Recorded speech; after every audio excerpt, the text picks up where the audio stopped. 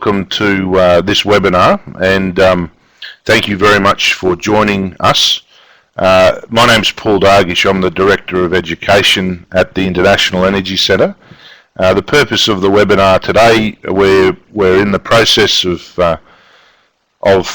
doing these types of webinars a lot more frequently now. I think they're a great idea, and the purpose is to explain the Masters of Energy Studies program, to answer any questions that you might have, and as I said, we're hoping to run these quite frequently over the next few months to engage the relatively large number of people who have expressed interest in our program.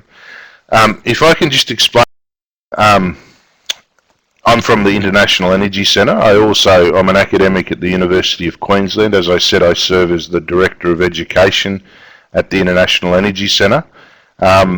The main program that the International Energy Centre IEC runs is the Masters of Energy Studies program, and we're quite proud of this program. We think it's unique.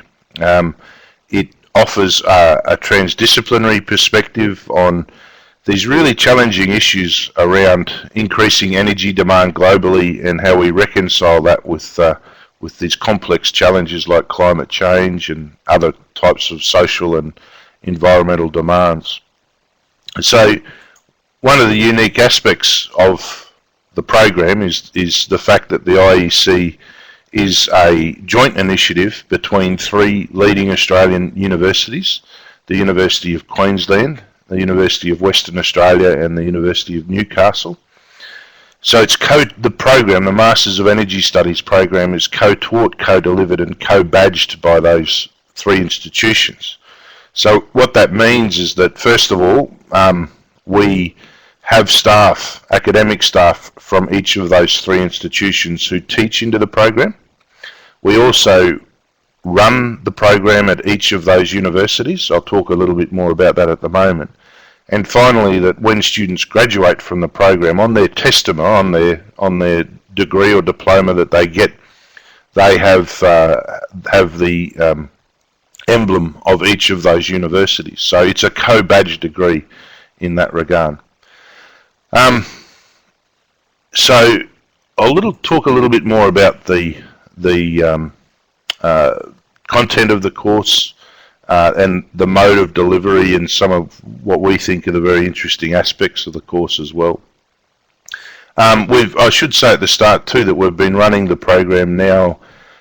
We have two cohorts in, so we have a group of students who enrolled in 2012 and another group who enrolled in 2013. We have a part-time and a full-time contingent to those cohorts. The part-time cohort is predominantly Australian citizens, and predominantly people who are employed full-time, and employed in, if you like, middle to senior levels in industry in Australia.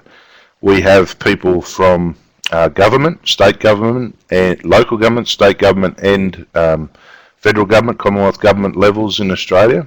We have people from the private sector, and a very diverse group there. We have some people who are lawyers. We have consultants, people who consult in the carbon energy space, as well as engineering consultants and project managers, process engineers who work for consulting engineering firms. We have accountants. We have people who work for pulp and paper companies, gas companies, energy generators, miners of different sorts. We have one journalist, and we have, from our international cohort, we have people from countries like Brazil, Indonesia, Kenya, Nepal, and France, or New Caledonia.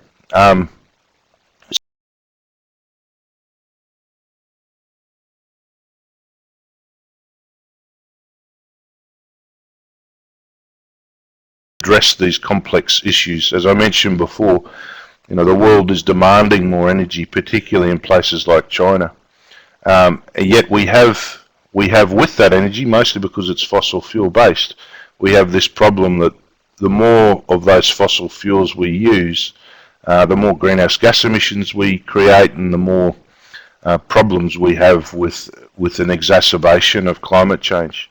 On top of that, we have all these issues about social equity. We have changing geopolitical forcings around the world where different types of companies are becoming more dominant in global oil and gas supplies, and that has a flow-on effect on other forms of energy like coal-based energy and unconventional gas supplies.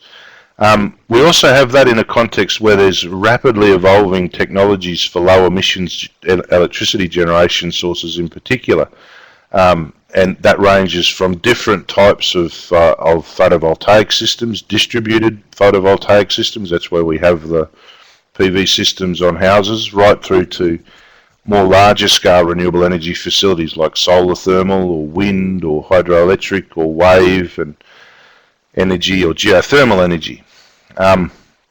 So we have this complex bunch of issues which if you like stretches across engineering issues, economics issues, law and legal issues, business management issues, issues of entrepreneurialism and innovation, technology management, issues of environmental management, and also very importantly issues of social science and even to some extent agribusiness. How do we engage with indigenous peoples? How do we engage with communities so that we can actually get things done? We also have to have a strong sense of finance in this course as well, because we need to evaluate which projects are viable for people to put their money in, and more to the point too, which ones are the most viable or the most competitive. So we need to have some skills in what we call project appraisal. Now this is not a typical mix of skills and knowledge that we would gather in traditional degrees. So we had to come up with a new way of doing that, and that's what we've tried to do with this Masters of Energy Studies program. So, as I mentioned before, we have students from a great variety of different backgrounds. So, the first thing that we try to do to address that complex set of issues that I just mentioned is that by partnering across these three universities in Australia, we're able to access, firstly, the unique strengths of each university in those particular sub-disciplines of that overall disciplinary mix. So what we're also able to do too is to position studies in arguably the three most important centres around Australia for energy development. So first of all, the University of Queensland is world renowned as a leader in engineering, science and management, and world-class expertise in the fields of chemical engineering and mechanical engineering. Brisbane, where the University of Queensland is based to, is in Queensland, a state in Australia that is well known for, firstly, its coal exports. It's one of the largest centres of coal exports from Australia, and secondly, too, now in Queensland, and one of the regional centres just north of Queensland, about 300 or 400 kilometres north of Queensland, at a place called Gladstone, we have a very large coal seam gas to liquid gas export facility, and we have in that sense a hub of energy related economic development in Australia. We get to see a lot of that. We get to see really innovative solar photovoltaic developments at the University of Queensland. We get to see waste to methane recovery generation technologies at UQ. All of the students have a orientation weekend before the program starts in Gladstone, and that's quite an amazing little field trip. Over a weekend we get to see an alumina refinery, an aluminium smelter, a coal-fired power plant. We've gone to different major electricity distribution network centres around Gladstone. We've seen a shale oil development through a company called QER, Queensland Energy Resources. There's large fertiliser export facilities, a very large coal export facility, as well as these big coal seam gas export facilities up there as well.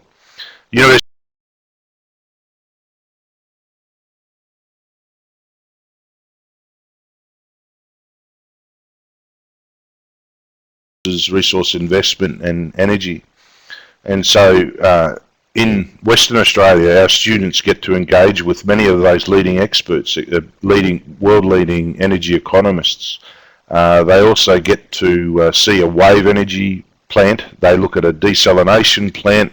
We do actually do a detailed case study on this desalination plant to look at its energy intensity and how potentially we could supply different forms of energy to that different sources of energy generation to that plant to make it, if you like, more emissions or less emissions intensive. We've seen wood to bioenergy projects in Western Australia as well. University of Newcastle is based in Newcastle, just north of Sydney, and Newcastle as well is a very large coal export location, and some coal seam gas in Newcastle as well. A very interesting centre that is a core part to our collaboration in the International Energy Centre is the Newcastle Institute for Energy and Resources at the University of Newcastle, or otherwise known as NEAR. And NEAR does some terrific work with really innovative renewable energy technologies like spray-on solar paint. So we get to see how that works, how PV cells can be printed on effectively a standard printer. We get to learn about the constraints to making that type of technology commercially available. Also too, at the University of Newcastle, they have substantial expertise in how we could use fossil fuels better. So things like coal seam gas, carbon capture and storage development, oxy-fuel firing of coal-fired power stations where you enable those power stations to work more efficiently, and various other technological aspects for how we can use existing fossil fuel sources better. So the program is run across those three universities. We access all of those unique skills and expertise and resources at each university. But we run the courses also at each of the universities. So the Masters of Energy Studies is run on the basis of 5-day intensive teaching blocks for each course. So the first course, for example, is at the University of Queensland and is in January or February each year. The second course is at the University of Newcastle in around March, April of each year. The third course is around a 5-day course around June, July in the University of Western Australia. So the schedule obviously differs whether you're part-time or full-time enrolled, but the theory is that we have these blocks at each of the partner universities. If you like, we can break this down on if we're talking about a full-time equivalent basis. So for students enrolled full-time, they complete the program in 3 semesters or 1.5 years. So obviously if you're enrolled part-time, you double that. So it takes 3 years, or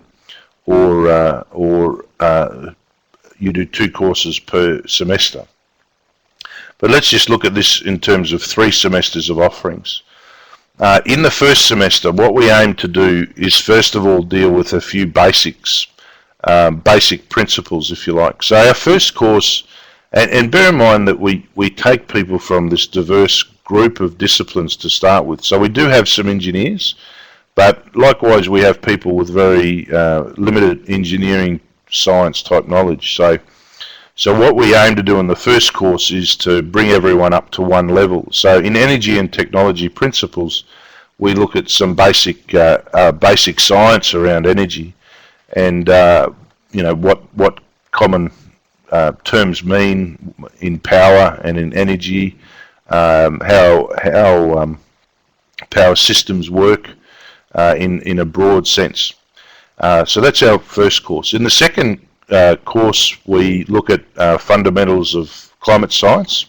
We have part of that course, if you think it's a 5-day course, around about 2 days of that course is also on an introduction to climate policy. So here we try and go a little bit beyond, if you like, the Wikipedia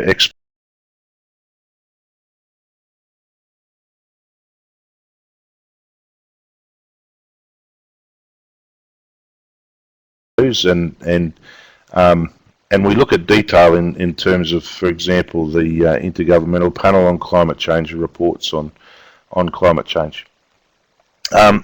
After that, we start to specialise a little bit more. The third course, which is held in Perth, is on the drivers of the transition to a low carbon economy. And what we do in that course is that we look at, if you like, both the international policy and economic drivers, socio-economic drivers, the national level drivers, and also the drivers at a sort of more corporate-based level. With that, students finish that course with a pretty detailed understanding of relevant policies, relevant climate policies internationally and domestically, and relevant energy policies at those scales too. The fourth course, which is a particularly interesting course, is on low emissions technologies, and that one's held at the University of Newcastle. So that course goes over both, conventional or traditional types of fossil fuel-based generation technologies, notably oil, gas, and coal. It also then looks at solar PV, solar thermal, wind energy, geothermal power, wave energy, biomass energy of different sorts. There's a detailed discussion in that course too of the national electricity market and this idea of smart gridding and different other types of distribution and supply systems. That includes distributed photovoltaics and distributed storage of energy, which is a really important topic because the costs of those types of energy generation are coming down. Also, there's a few, they're not strictly renewable technologies, but they're lower emissions technologies, so things like nuclear, carbon capture and storage, what that is, how it works, and whatnot. That's a particularly interesting course, and so at the end of that first group of 4 courses, students have quite an in-depth understanding of basic principles and I suppose the big picture issues. The next 4 courses, the first 2 of those get into some very detailed information, firstly about economics and finance of carbon management. So again, we try and do that at different scales, what those factors are internationally, then domestically. We look at basics in project appraisal, net present value and whatnot. The following course from that, what we try and do is to get into the idea of how we make decisions about different energy options in a more sophisticated manner. So what that means is we use things like what we call real options methods, how we evaluate risk, incorporate risk into project appraisal, how we incorporate things like the social and environmental values of a particular project in our evaluation.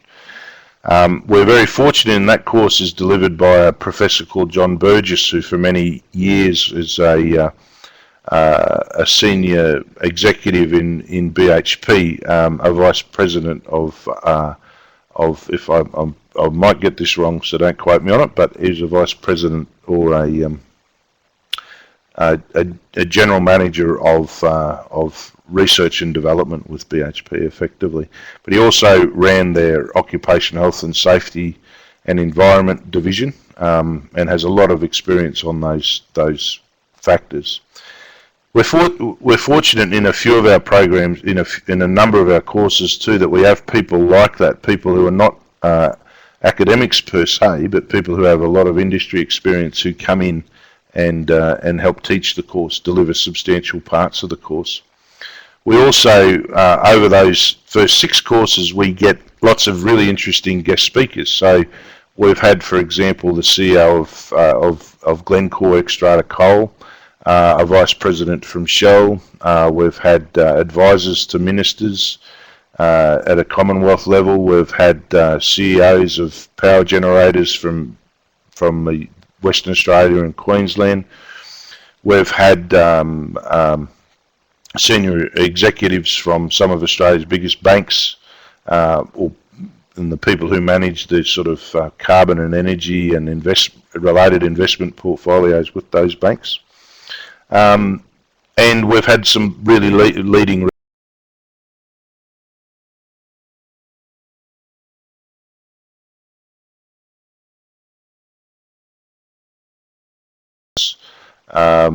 and also too we've had lucky to have the involvement of a professor called Nigel Tapper from Monash University too. So those 6 courses run over the first semester and the half of the second semester, and then students have the opportunity to go into one of 2 specialist majors. So one of those is on carbon management, and the other one is on low emissions pathways or low emissions technologies. So the carbon management course, or major rather, has 2 courses. One on issues around how we evaluate different mitigation responses to climate change, and the other one about measurement, reporting, and validation, verification of how we can build integrity into our emissions reporting and measurement and mitigation activities. The other course, the other major, the one on low emissions pathways, has 2 courses. One is on power generation technologies, particularly as they relate to lower emissions technologies. So it takes some of that material that we dealt with in 7003 and gets into that in more detail, particularly things like storage systems, electricity storage systems, things like electric cars and how that might fit in and complement storage systems, as well as again a bunch of information about how we can use fossil fuels more effectively. The other course is on energy efficiency opportunities. That's held at the University of Queensland, and it involves a policy perspective on energy efficiency. It goes beyond the built environment, and it looks at, it borrows from, I suppose, the International Energy Agency framework on energy efficiency, and that includes the built environment, mobile, so energy efficiency in vehicles, but also in industry and in power generation. Finally, in the last semester, students get to do a professional project. So this course is rigorously structured. It has its own course coordinator, Sarah Goda, and Sarah works with students over the first 2 semesters of the program to really tailor a specific research project that meets our academic expectations, but also serves the students' interests, both in terms of their academic interests, but also in terms of alignment with their professional interests and any synergies that they might have. So some students, for example, in that professional project can do projects for the companies that they work for, and then they report the results of those projects. They write an academic report, an academic paper on those projects. Other students, might be interested in creating networks and developing careers with new companies that they don't know. So they might work with Sarah to identify some new companies, and then we assist them to establish projects that they do for those projects, for those companies. And thirdly, students might be interested in a research career too. So you could do something a little bit more traditional from an academic research perspective.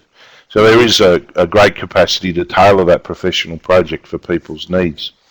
The idea is to bring the course together, both in terms of having a project that's integrated over the different themes, but also too, it's a challenging thing to complete and write one of those projects, and we also hope that it serves to sort of be a culmination of skills development for students too.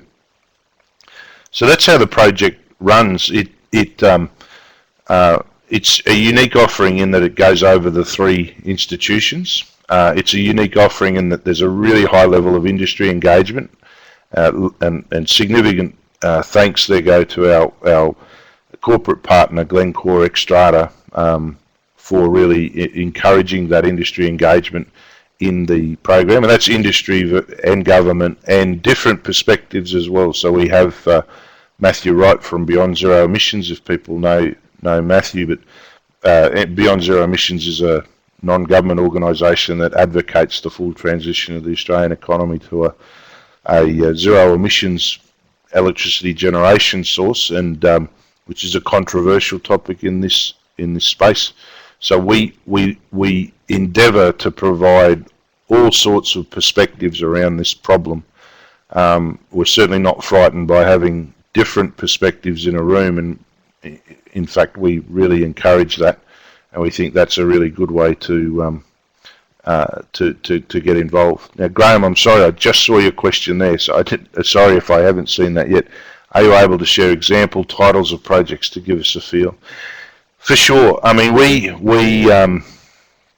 there's a variety of those. I mean, we have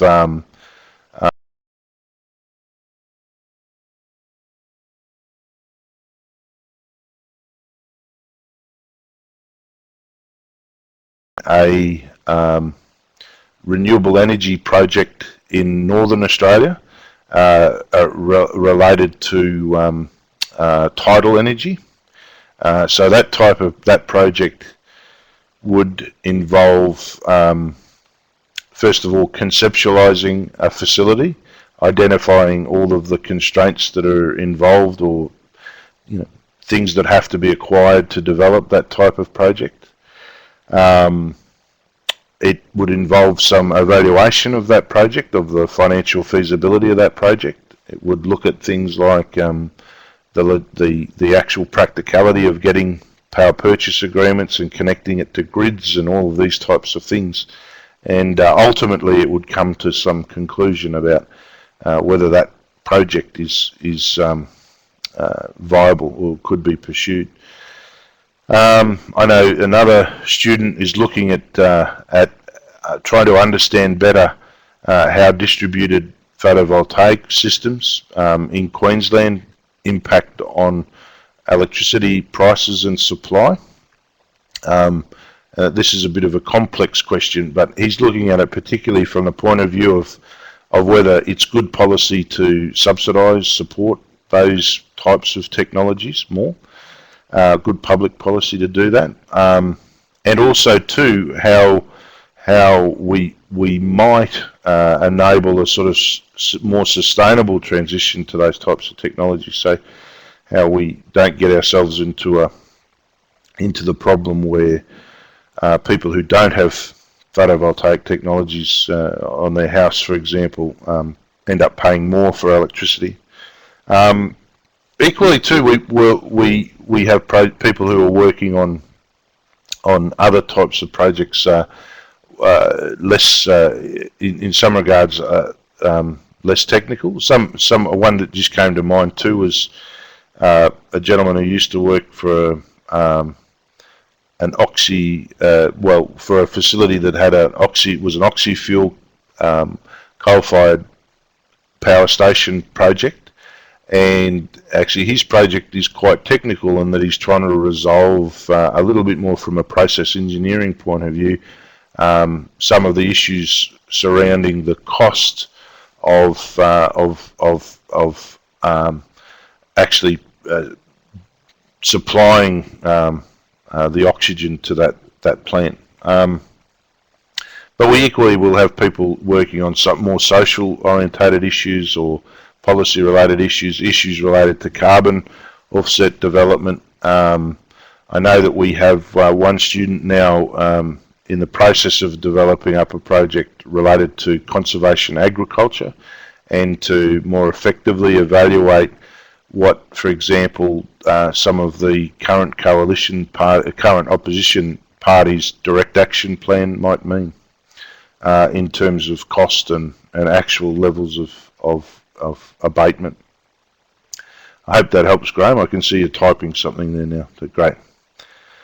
Thank you. Good. It is a cross section. I think those projects are really quite an exciting part of the program.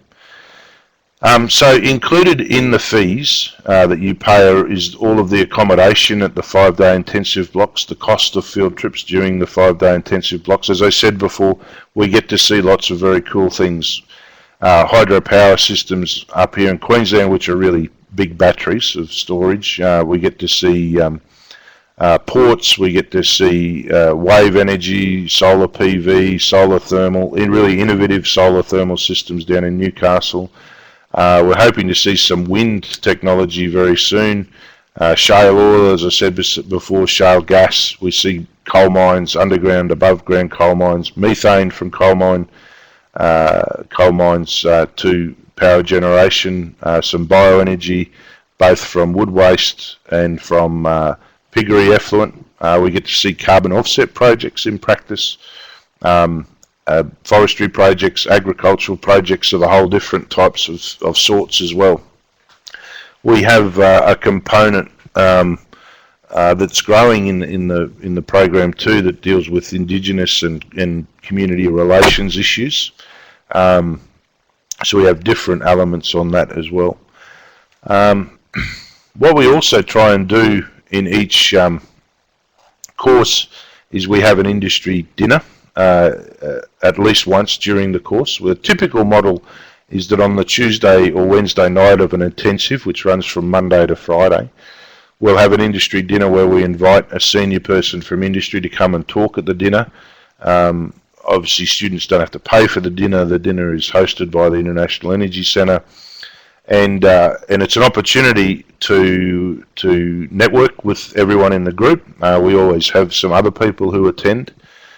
People from industry and academia, but we have this prominent person, as I mentioned before, the types of guests that we have are senior people from industry, and they come, and it's an opportunity to engage them in an informal, friendly setting over a few hours on some key issues. We try in each course now too to have a networking evening, where we bring together anywhere from 3 to 6 industry people or more. And the cohort has the opportunity to meet with those people, informally mingle. We normally get one of the students to present something interesting that they've been working on. So the one that we recently had in Newcastle, one of our students who had attended some debriefings from the current Australian opposition government on their climate policy, gave a debrief of what those policies were, and there was a discussion that stemmed out of that. So in terms of some other things too, we're very lucky to have the strong support of Glencore Xstrata, and they've given us or enabled us to provide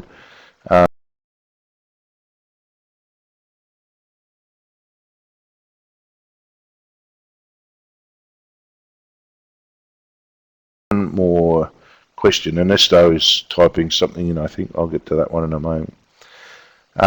So the deadline for those scholarships was 1st of September. Is 1st of September for international students and 1st of October for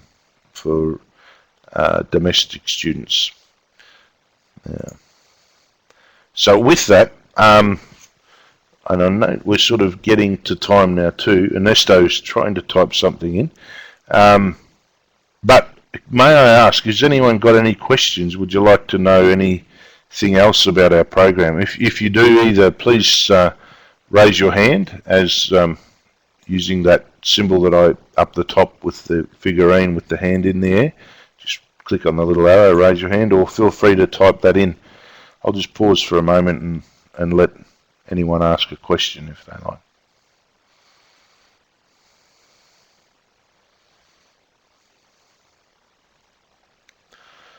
Thanks, Ernesto.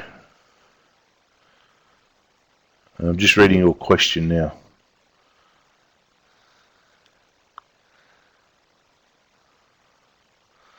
Okay, very good. So you're working on your dissertation now, up until April 2013. So it a little bit depends there, Ernesto, on what when you say a dissertation. I presume you're talking about maybe a master's in energy finance, or a master's that you're currently doing now.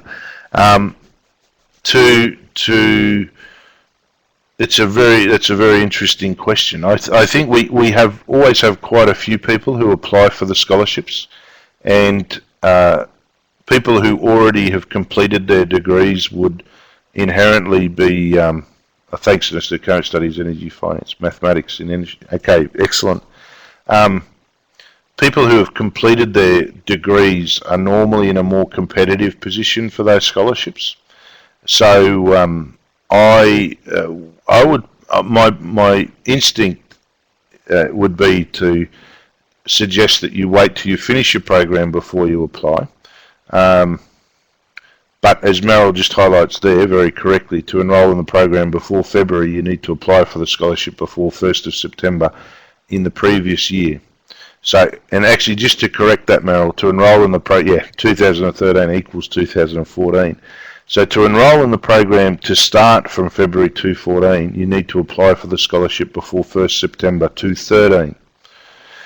But if I understand you correctly, Ernesto, you'll still be doing your degree until April 2013. So, so the question here is, how competitive would you be for the scholarship? Of course, you also need to have completed your degree the relative. April 2014.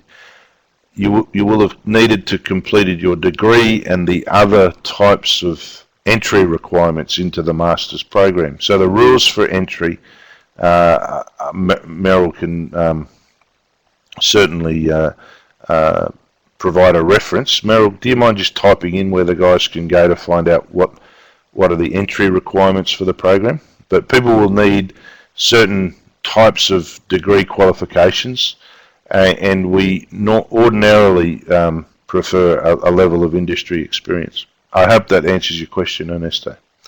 Dan's asked another question here. How is the course updated with the latest technological and industry developments? It's a great question, Dan.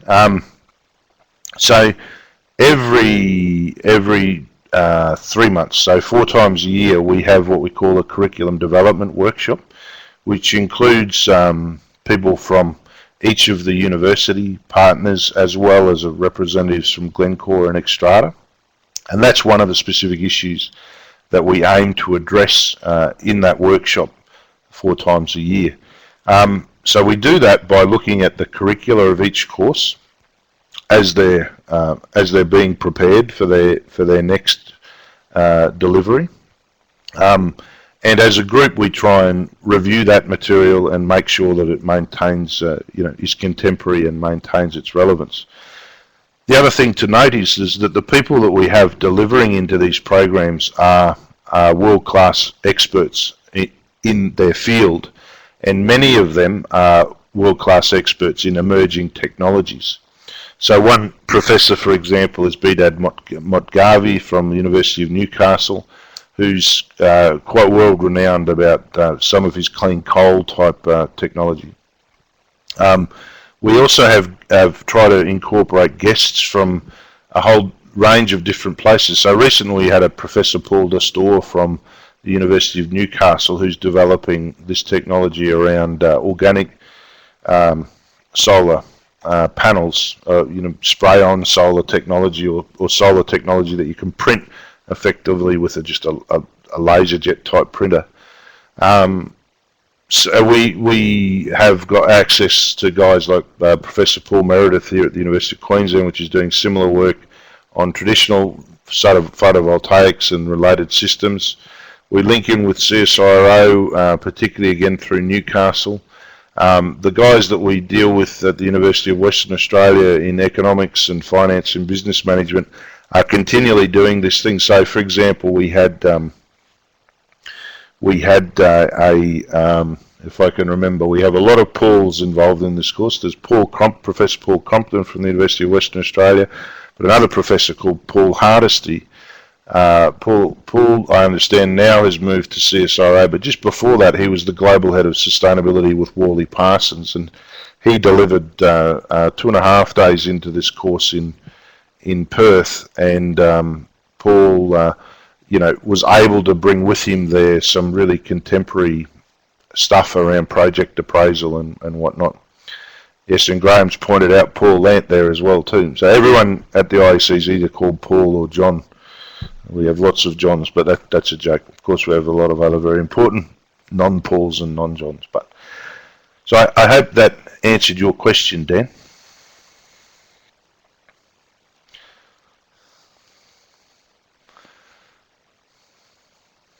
Thank you, Dan. Good. I'll just wait for Dan to finish typing there.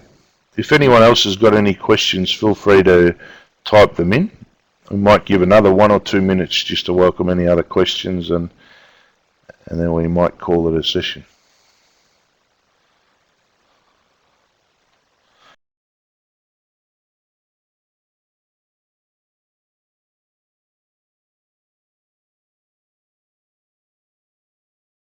Part-time.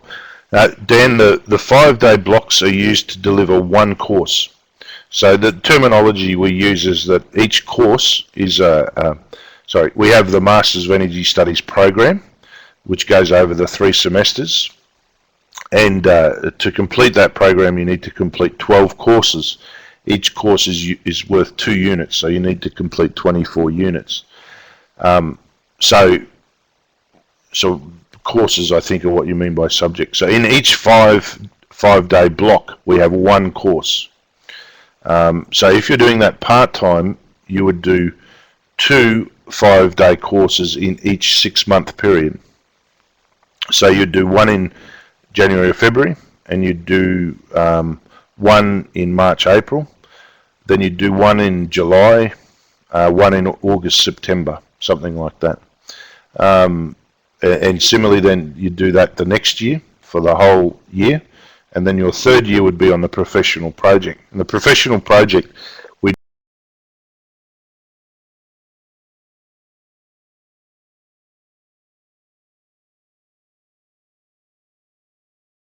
negotiate with them, and then they take that on. So there's no formal course structure for the professional project.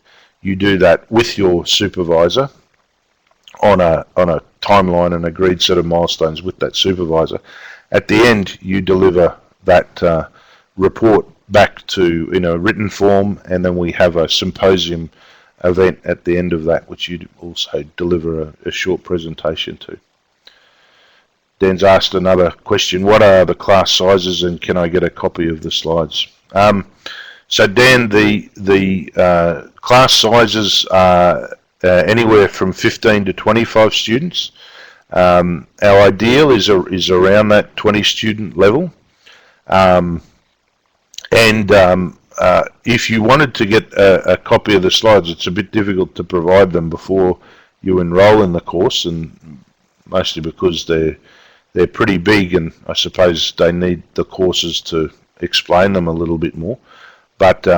But certainly once you're enrolled in the course, you get a full set of slides. Okay, Dan. See, of this presentation only. Most certainly. I'm sure that Meryl can provide you with a copy. She's just going to type in something at the moment, but she'll certainly be able to send you something, I'm sure. I'll just let Meryl respond to that one. And I noticed Ernesto's typing in something as well.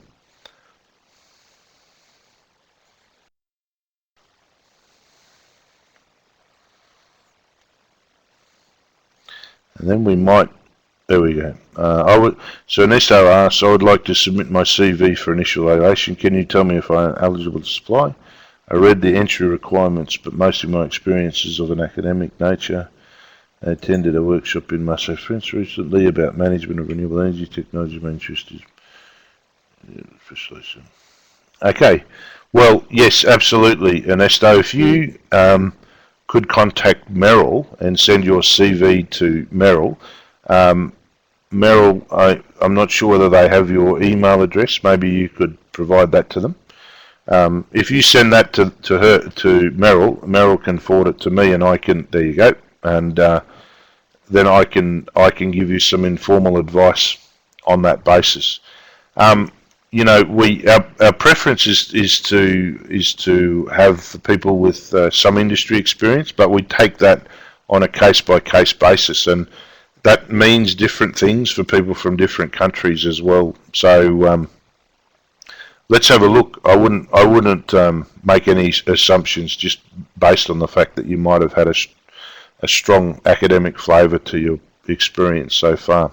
So if you send that to Merrill, I'll get back to you very quickly and let you know, Ernesto. Got another question from Dan coming in. You're welcome, Ernesto. Good.